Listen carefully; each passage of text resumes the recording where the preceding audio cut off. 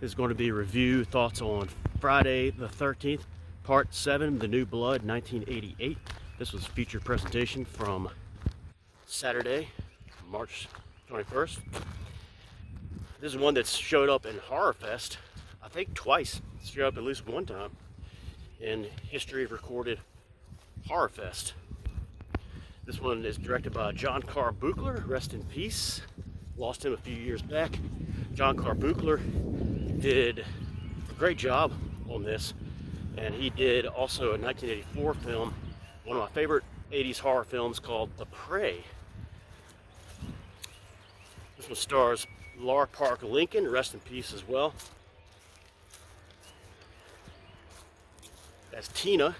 She's our last girl with the telekinesis power.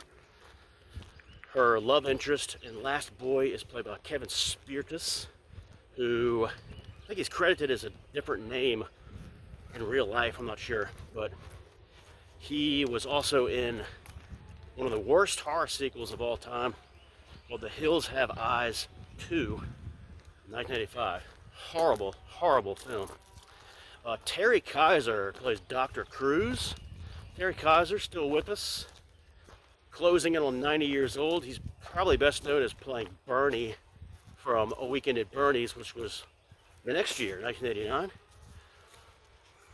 Not sure if he reprised the role in Part 2, but I'm pretty sure he did. Tina's mother is played by Susan Blue. And then other actors include Diana Barros, who plays Maddie. Elizabeth Caton is in this as well. You see nudity from Elizabeth Caton, I think, yeah, you do. And she is also noted for being on the cover of one of my other favorite 1980s horror films, Splatter University. She is on the movie poster, but she is not in the movie. John Carr Buechler himself shows up in an uncredited role as the police officer or emergent EMT worker picking up the hockey mask at the very end, the split hockey mask. Walt Gorney, who was in Part 1 and Part 2, comes back in Part 7. Huge, huge credit to John Carr Buechler for bringing back, or the casting directors bringing back Walt Gorney, I think it was shortly before he died too, to do the narration piece at the very beginning.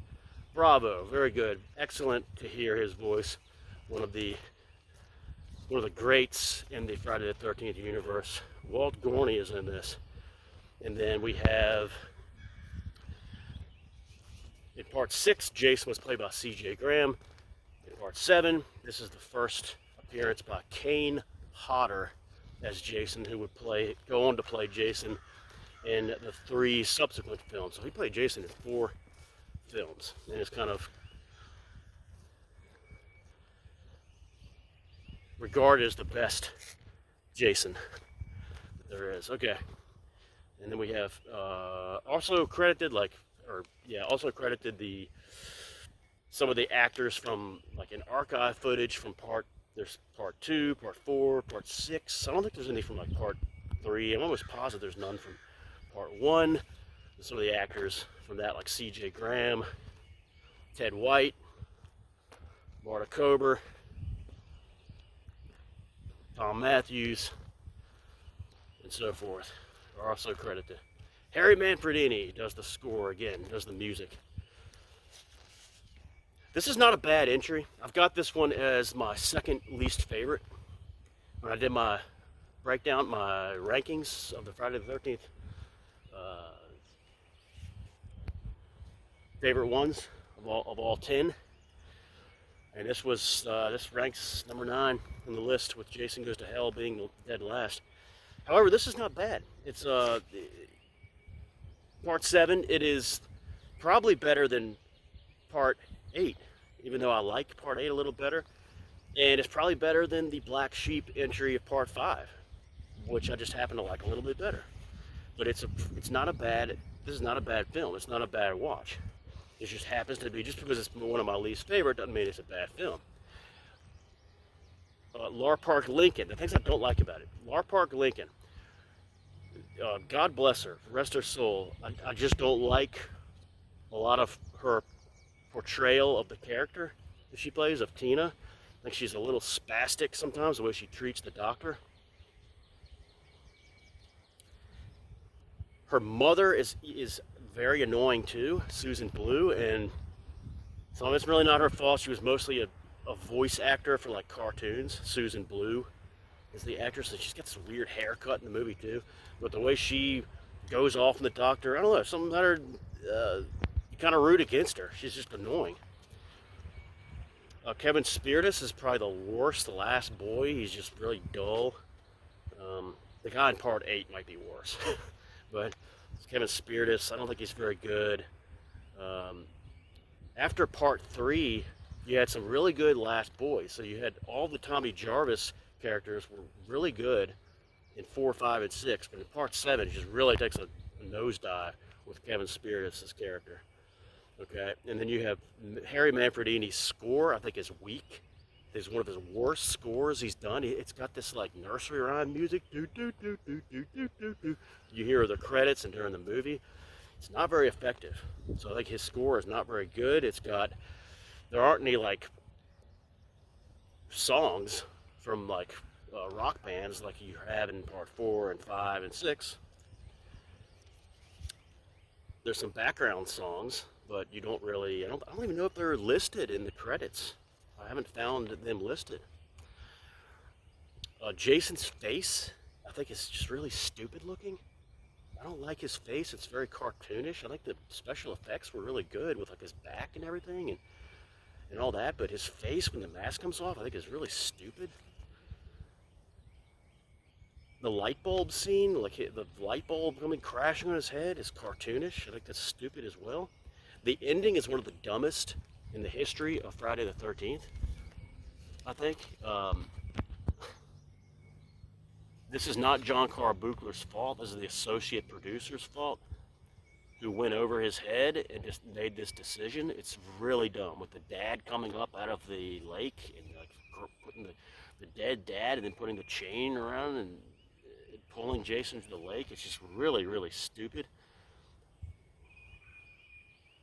After 6 straight really effective endings. Part 1 was maybe the best ever. Part 2 was awesome. Part 3 was good. The chase was really good, but the ending with Miss Voorhees coming out of the lake was dumb. But overall, it was pretty good. Part 3. Part 4 was iconic. It's incredible. Part 5 was scary, mysterious. I really like the ending of Part 5. Part 6 was not great. I think it's a little overrated, but it's still good. But Part 7 ending is just stupid. Really stupid. Now, what happens after that ending of Jason being pulled into the lake, I think it's pretty good. Like the very final scene, this is where you see John Carl Buechler picking up the mask, the split mask. I think that's pretty good. It's kind of a nice little throwback when Tina and the love interest are put into the ambulance. She said, and he says, "Where's Jason?" And she asks where the boyfriend is. It's a nice little throwback to Part 2. Where's Paul? Jenny and Paul. You don't see Paul in that, but you see her getting put into the ambulance. I think it's a nice little kind of vintage feel to that, and seeing all the ruins of that when the house blew up, and then seeing the hockey mask. I think that's pretty cool. I like that. I like the very ending of that, and the ambulance pulling away. I think it would have been a little better to have the camera pan or just go to the lake and just have a shot of the lake to kind of at least give some kind of sense that maybe he's still alive, but it didn't. It's just the ambulance pulling away. But I think it's pretty good. It's not bad. What I like is the use of woods. I love the use of woods in Part 7. It's awesome. They seem to really have this kind of obsession with using the woods, and a lot of the times it's at night. It's just really cool, especially the part with the doctor and Susan Blue, Tina's mother, being in there, and they're trying to find a place to hide. It's just, Jason kind of has that saw, the circular saw. I love the woods in this movie. It's really intriguing. It's kind of They don't use it as much in other films. Like part 2 they did a lot, but I love the use of the woods. Even though I don't like Laura Park Lincoln's portrayal of Tina very much, I do love her. I think the telekinesis idea was a pretty good idea. I think when she sees Jason for the first time and chases him, that is really cool. Like that never gets old. Seeing her, instead of running away, she like goes after him, and that's really awesome. That really like elevates her as far as like rankings of Last Girl. So I really like that part. I like Dr. Cruz. He's almost kind of a sympathetic type of villainous character. You kind of find yourself rooting for him in a way, even though he's not. His intentions are bad, but just the way he's treated by the mother and Tina. The first time I saw this movie, I liked it a lot because I didn't like the humor of part 5 and 6, and I liked how it changed in part 7 to be more serious.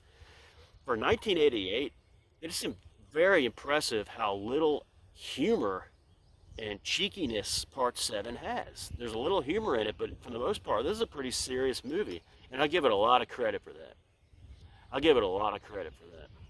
The ending may be bad, like I talked about, but the opening of this, awesome. I love the opening of this. Walt Gorney's narration that there's a curse on Crystal Lake, a Jason Voorhees curse, showing the archive footage to set up part 7. Well done, bravo. I love that part. Watch that opening. It is available to watch on YouTube, and you tell me that this is not a better franchise than Halloween or A Nightmare on Elm Street. So that's my thoughts on Friday the 13th, Part 7, The New Blood, 1988. Not a bad entry, just not one of my favorites. And it gets probably worse in Part 8, but that's my thoughts on Part 7. Thanks for watching, guys.